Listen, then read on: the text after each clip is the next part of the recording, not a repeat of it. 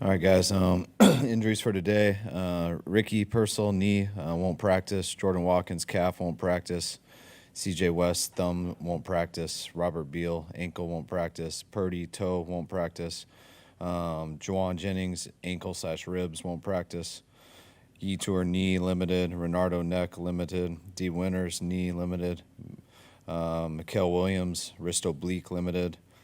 That's it. Go ahead. Do any of those guys you mentioned, or have you ruled any of those players out from playing? Yeah, no. What has Brock's progress, if any, been since we last talked to you? Not much. That was yesterday. So. So is Mac totally off the injury list now? Yeah. How was that with Mikael Williams' wrist? I mean, he went to the locker room early in that game with it, but how's that hindered him, or is it hinder him at all? It sure does some. I mean, it's painful, especially a position you play with your hands all the time. He's been dealing with it, and but he's been battling through it. First time facing the Rams with Adams and Nakua. What kind of challenge those guys present as a tandem? What have you seen on film so far? I mean, just those two great receivers with an unbelievable quarterback, so huge challenge. Just like when they had Puka and Cup going. I mean, huge challenge, especially paired with Stafford. Two of the best hands in the league with Puka and Devontae, and the separation ability, how they can cut, how aggressive they are on their routes. I mean, they're as good as it gets. Kyle, Rams added Poona Ford to their D-line. How has he changed what they look like up front? It hasn't changed what they look like, just added another one. He's a hell of a player. We've looked at him a number of different times. Does really good in the run game, also is effective in the pass game, but just add another real good player to that group, which allows them to rotate them a lot more and keep them fresher. Obviously, Stout won't be on Nakua the whole game, but what about Nakua makes it such a challenging assignment for a nickel? How big and physical he is, how good his hands are, and how aggressive he plays, tied with how big he is. He's full speed all the time, running through people, attacking edges, and the same way he runs through that football and catches it. Will the decision to play Brock come down to pain tolerance? No, it'll come down to, do we feel he could play and to 100% of his ability, and do we feel that he can protect himself with it? John said on the radio this morning that he thought that perhaps the second quarter scramble by Brock affected him, bothered him, I think was his the words he used. Was that part of what Brock was told to do to try to avoid scrambling as much as possible in that game? No, he wasn't told that. They said, it was my first time dealing with people with a toe injury like that. I was trying to ask if it was like a high ankle sprain, like is it something you just keep zinging over and over? They said, no, it's not like that. If you ever got caught in an awkward position on a tackle, is where you could hurt your toe again. But it doesn't work like an ankle or anything like that, and I think they got him on that when they took him down. So whether it's scrambling or just getting tackled was kind of the worry of it. Christian went on George's show this week, and he said that he, at that deadline where you acquired him, he thought he was going to be traded to the Rams. Had that happened, one, how painful would that have been for you, and did you realize the Rams were in the mix for him? We heard they were in it, yeah. So, I mean, you hear a lot of things when you're dealing with trades. Sometimes they're real, sometimes they're not. People always do it left and right, usually trying to get a few more picks out of it and stuff. So, I guess it was true, but glad he ended up here. We've had a lot of success, it seems like, with the dirty kickoffs. What's the challenge of dealing with those? Just how hard they are to catch. I mean, I think I want to say they've had 23 kickoffs, and 21 of them have been dirty balls. They're number 2 in the league. The other team is number 1, Carolina. They've been great at kicking those dirty balls too. So anytime you can't catch it clean, the timing of just how you block and everything's off. So those guys get back there a lot faster, and when the timing's off like that and you don't know where the runner is tied to the blockers, also a lot more penalties happen too with holdings and stuff. So the dirty ball is a huge part of this game with the new kickoffs. It's not an easy thing to do for everybody. You guys looking to using the dirty ball more often on your kicks, or what? You always look into it. Every team does. But the issue is if that ball comes up short of the 20, if it goes out of bounds, there's a lot. It's not real easy to always do a dirty ball. You just miss it a little bit and it's out of bounds or short, or you kick a touchback like that, and that's real risky too. So I mean, I think you guys you saw that with Arizona last Thursday night. So there's a lot of risky things to it. After the game, Christian said in a lot of ways that the team is like right there. They're just really close to doing everything that you should do out there on the field, especially in the run game. He says you guys are right there. When you look back at the tape from the game, did you see the same thing? Like we're right there, we're just missing a step here or a step there, or what is it? Yeah, I see that. I mean, you'd have to watch all 20 of the clips to do it, but that's usually how the run game is. You got to break some big ones, and when you don't break any, we had about 3 opportunities too, and a lot of people are involved in that, but and we got to stick with it more by being in some different games to get more opportunities of that. But it's nothing, no one quick thing. It's everyone still going to work. 11 guys blocking, 11 guys getting after it, and doing better on other downs also. You're so diligent usually, or on a normal week, about immediately correcting all the mistakes that you made in the game you just had before you move on. Does that not happen this week? No, we don't have time to. I mean, we watch it all as coaches and stuff, but we don't review it today. We came here and it was Wednesday morning, and I think it's already Thursday for us. And by the end of today, it's Friday, and tomorrow's Saturday, so we got to get going. But we'll get to it eventually. You just assume that guys are doing it on their own? I mean, position coaches will do it with guys. I mean, they won't sit and review the whole game, but they'll review specific things that we got to change or we got to get fixed. When it's, you're not going to review a guy dropping a ball or something like that, but when someone's having a missed assignment or doing something wrong, those are things you definitely get corrected. How concerned are you with this offense that you haven't scored a rushing touchdown so far? I mean, I get concerned with scoring points. I don't really care how we do it, so I'd like to score more points. And if you score a lot of points and they're all passing, I don't care. If you score a lot of points and they're all rushing, I don't care. I just want to score points.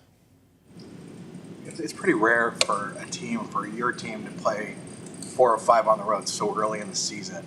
And I know you're focused on this game, but I mean, in terms of how challenging is this block of games coming up? I'm not sure. I don't even know who we have after the Rams. So I know we got 3 days off to think about that. But I mean, it is what it is. I mean, yeah, it's always challenging when you have more on the road, but that means you get more at home later at some time.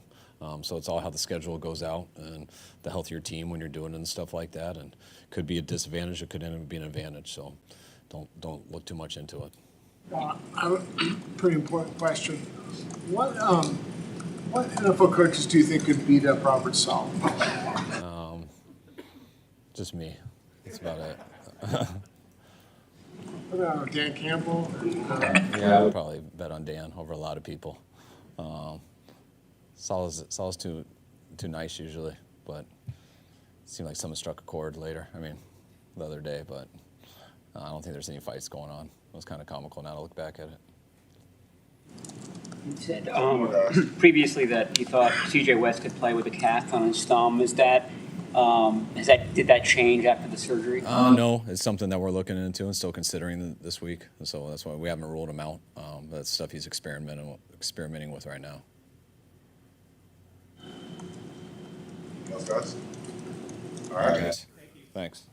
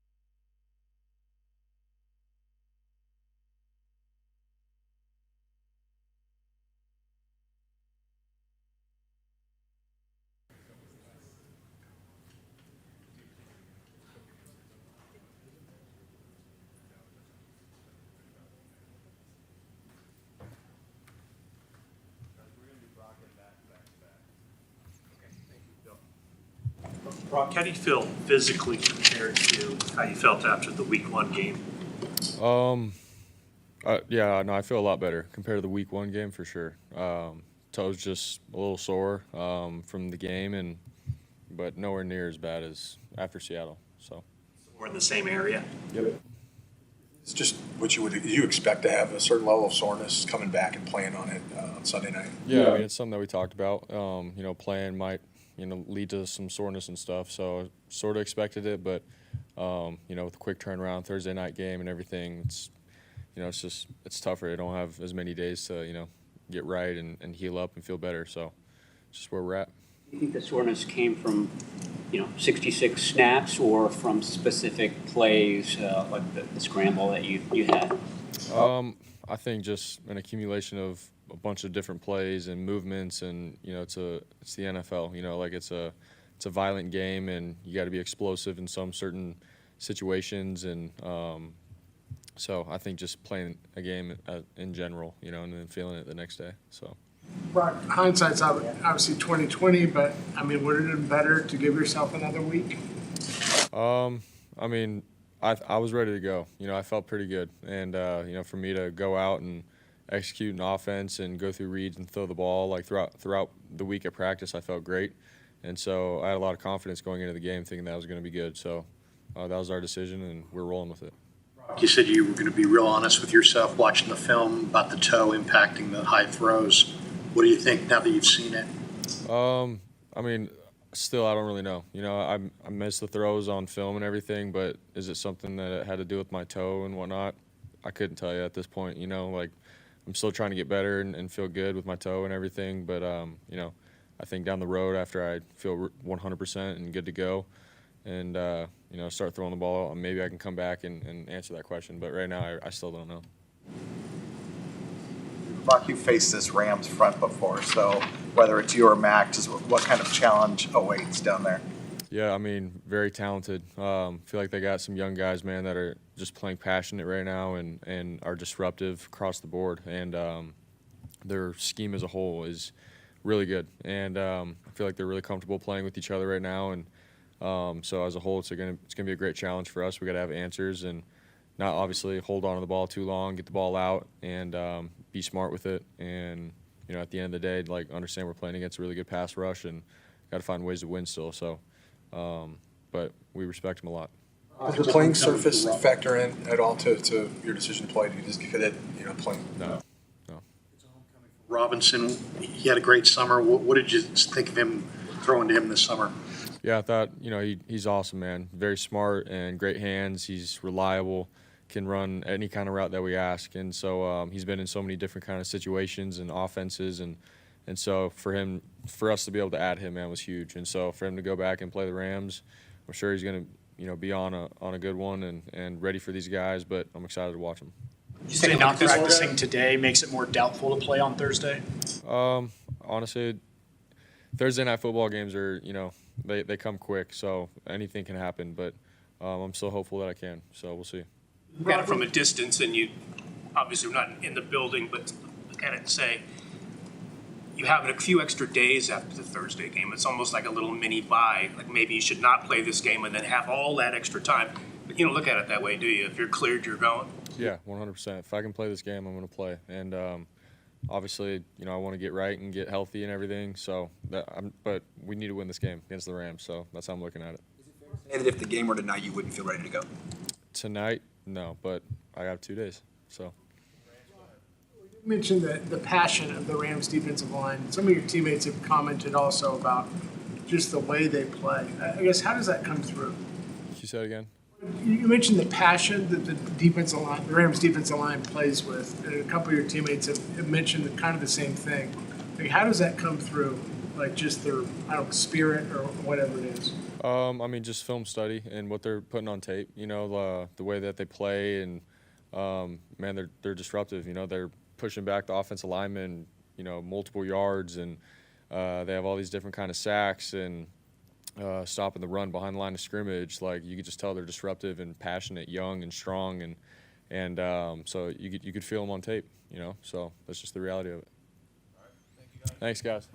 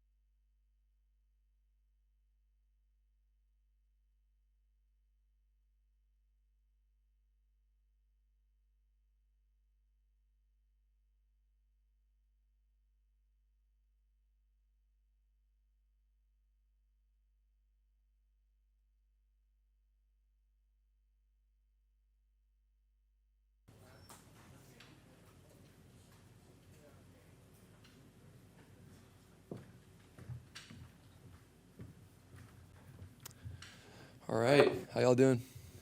Good. When did it turn for you physically last week from limited to being cleared and ready to go Sunday if needed? Really just like I talked about, just day by day getting better. And at the end of the day, you just have to ask yourself if you can protect yourself in the game, and felt good to go. So obviously every week guys are dealing with stuff, and it's an everyday battle. So you're just working through it. Did your approach change at all this week, or? No, I've had a few of these Thursday night deals before, and it happens fast. So that's all I know, and really you just got to stick to your rules. And it's a quick week. You kind of just go out there and like fall camp, you just play the game, and each day is a new practice during fall camp. So that's kind of how we view it. It's very quick, and turnaround's quick. So that's how I'm approaching it. Film in a Thursday situation, and what do you think of the Rams on film? Yeah, I mean, obviously you watch and get as much in as you can, but like I said, you kind of go out there and just play ball. But they're really good. They're, in my opinion, the number one defense in the NFL after watching them. I know statistically they're pretty high, but I'm really been impressed with them. So it's going to be a huge challenge, and yeah, they do a lot of good stuff. I know you say you got to prepare like a starter every week. How difficult is it? Are there challenges? Because like the last month here, it's kind of been, you don't know which way it's going to go every week. Yeah, for sure. I mean, like I say, that's your job as a backup, and you're not playing the first snap if you're backing up, and then everything else is fair game. So I definitely approach it that way. I have a good system that I believe in, and the coaches definitely have us ready to play. So that's your job as a quarterback, and whether you're a starter or backup. There have been things along the way, just even in the last month, that you've kind of tweaked to knowing that it is going to go either way kind of thing? Yeah, a little bit. I mean, it's just day to day, just attacking each day, honestly. None of that outside noise and things like that don't affect me. So I just go through my process, and I know that it gives me a chance on Sunday. That's all you can ask. When you say that, in your opinion, they're the number one defense in the league, what do you see that really jumps out to you? I think just the way they play, their mindset. There's always 11 guys on the screen, and they have a great defensive line. They played a lot of different schemes. They do a lot of stuff, but do it well. So it's going to be a challenge, and been impressed with them. So can't wait to go against them. When the game was clinched and Eddie kicked the game winner, you embraced Martinez and you seemed really emotional in that moment. What was behind that emotion there? Felt like a long time ago, so definitely enjoyed it. But I'm looking forward to, going against the team this week. And every win you can get in the NFL is emotional and important. So I understand that. We all understand that, and that's the goal we're trying to do this week. You did your brace during the game, and then you put it back on in that game. Where are you now as far as playing with the knee brace? I'll probably have it on. All right, thanks.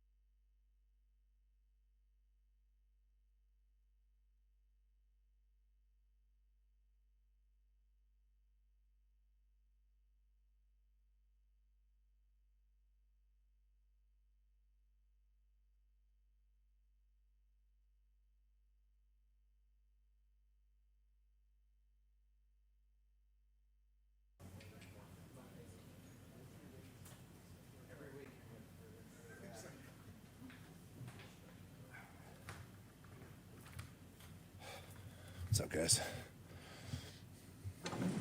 Robert, can you kind of take us through from your comments Thursday and how that may or may not have been misinterpreted by the Jacksonville Jaguars head coach? No, it's all good. Whatever happened on Sunday doesn't change how I feel. You know, like I in my heart, genuinely was trying to give a compliment, and I own the fact that I probably used it was a wrong choice of words, but however you want to word it, I mean they're really, really good at putting their players in position to be successful. You know, as coaches, we're always chasing leverage. They're trying to have winning leverage. We're trying to take leverage away, and everyone in the league is trying to find every avenue they can. And as a coach, watching their tape, I recognize the amount of hours that must be spent to be able to build formations and to find every little indicator they can to give their players a chance to be in a successful position. It's exhausting, and every team does it. Some do it better than others, and it was my way of acknowledging that these guys are really, really, really good at it. And you know, so, and like I said, Sunday doesn't change that. I think Liam's doing a hell of a job. I really do. You can tell that team is really taking on his personality, and you know, I hope they came out of the game healthy, and I wish them the best of luck throughout the rest of the season. But you know, I wish I could have found a better choice of words, but my intent was always to compliment that staff. Have you reached out in the aftermath to the other one? No. Was your intent after the game to seek him out and sort of explain to him what you just explained? The intent was to say exactly what I just said, that, you know, I think he's doing a really nice job, which I do. That football team is playing and taking on his personality. They're playing violently on the offensive line, and their running backs are running really hard. And I think they're doing a really, really nice job. And I just wanted to let him know that I appreciate the way he's going about his business with his football team. Robert, you are universally regarded as a gentle giant. I mean, people that have been around you for a long time have never really seen him mad. I mean, does it take quite a bit to get you to say, I don't know, whatever he may have been said? I don't know. Everyone has a trigger, I guess. Speaking of sign stealing, how's Sean McVay doing in that department this year? No, you know, it's the same thing. Those guys that they do, like Sean, Kyle, Kevin O'Connell, all those guys, they do such a great job through formation identification, building formations, and putting their players in position to gain leverage. And you know, it's all the same thing. These guys are the best in the world at it, and that's why this tree keeps on growing and growing and growing. It's very, very hard to defend, and Sean's no exception. These guys are phenomenal at. I mean, you think it's easy. Well, just defend Puka. Well, shoot, they're always finding ways to put Puka in different spots to create leverage. Okay, then you got to deal with Devontae. Well, just double both of them. Well, then shoot, they got other guys, and they still manage to find ways to put those guys in winning leverage, and they do it with great film study and understanding football and understanding defenses and understanding body language and just trying to find every nugget they can to help their team be in great position. And that's what I was trying to articulate. Obviously, I did a poor job with the word. I mean, if I said the word film study, I don't think we're really talking about this, but I use signal stealing, and that's why I was so adamant about legally. I was just struggling for a word, but for Sean, same thing. I mean, these guys are the best in the world at it, and that's why they are where they are. Just to clarify, did you not mean sign stealing? You were talking about specifically game planning and studying? Yeah, it's just it's all in. It's yeah. No, I had a bad choice of words. So. Robert, on the Fred Warner forced fumble, the ball was on the ground.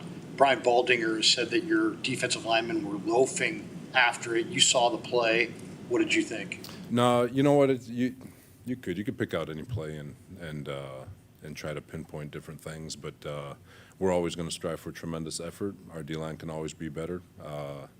You know, I can make an excuse for them on that particular play with the game we were running. We're running a game to our defensive left. The ball came out to our defensive right. They're spinning out, trying to find and locate the football, and their guys had a head start on it. So, but I'll never question the effort of this football team. Our guys are relentless to the ball. We get 11 hats in the screen at about 90% of the time. So, if that's a problem to some, it's not a problem in here. Robert, what was your assessment of the pass rush on Sunday? I thought Jacksonville did a really nice job kind of negating our ability to rush the passer. You know, they got rid of the ball elitely fast. They stayed ahead of the chains. You know, the one that the young rookie caught, the 28-yarder on 3rd and 15, that came out in no huddle, caught us in a miscommunication, and you know, which extended a drive. But overall, you know, I thought we were really good on 3rd down. I thought we did some good things overall, but obviously it wasn't good enough. Robert, you weren't here for 7 of these games, but this franchise tied an NFL record with 11 straight games without an interception. I mean, it seems like it could be a little fluky, but I don't know, what can you, is there anything that you can point to, like, hey, this is what we're doing wrong, or is it just kind of, there are chances? Yeah, we had opportunities on Sunday. You know, Fred had a couple of ops. I think Upton made a hell of a play to get an interception. I can see what the refs saw, but you know, there was a hell of a lot more going on throughout the game than just that. They'll come. You know, we've had opportunities against Seattle. We were that close on a few. Against New Orleans, same thing. Arizona, I think we had a couple of shots at the ball. You know, it's just they'll come. Sometimes it happens that way. You mentioned Devontae. How are he and Puka working off each other, and how that's a tough challenge for you guys to prepare for? Yeah, they're incredibly tough. You know, Sean, like I said, he's got 2 guys, and he'll put them everywhere. He'll put them together. He'll put them opposite. And they find ways to put them in positions where they're leveraged. And you know, so I think it starts with the coaching staff and finding ways to utilize both to make sure that they're both viable targets on each down, and they're doing a great job. They do a great job at the line of scrimmage, getting off, and they do a great job at the top of the routes, creating separation. And they're big, strong, easy targets for the quarterback to get the ball to, and elitely efficient in terms of when they do get the ball in their hands, getting vertical and eating up yards. Barrows, go ahead. What does Nick Martin need to do to get in uniform to play? He's got to dominate special teams first, and you know, right now D Winters is playing at an extremely high level, and the guys after D and Fred are outpacing him on special teams, and for Nick, he's going to be fine. He is. He's you know, he needs reps, but he's got to earn those reps, and he's working hard at it. He is, but you're talking about guys who have been in this league for a while, between Giff and Curtis, guys who know the game and know how to play special teams and know how to be pros week in and week out. Not that he's not being a pro, talking about Nick, but they're just a little bit ahead of him right now in that regard. All right. Thanks, guys. Appreciate you.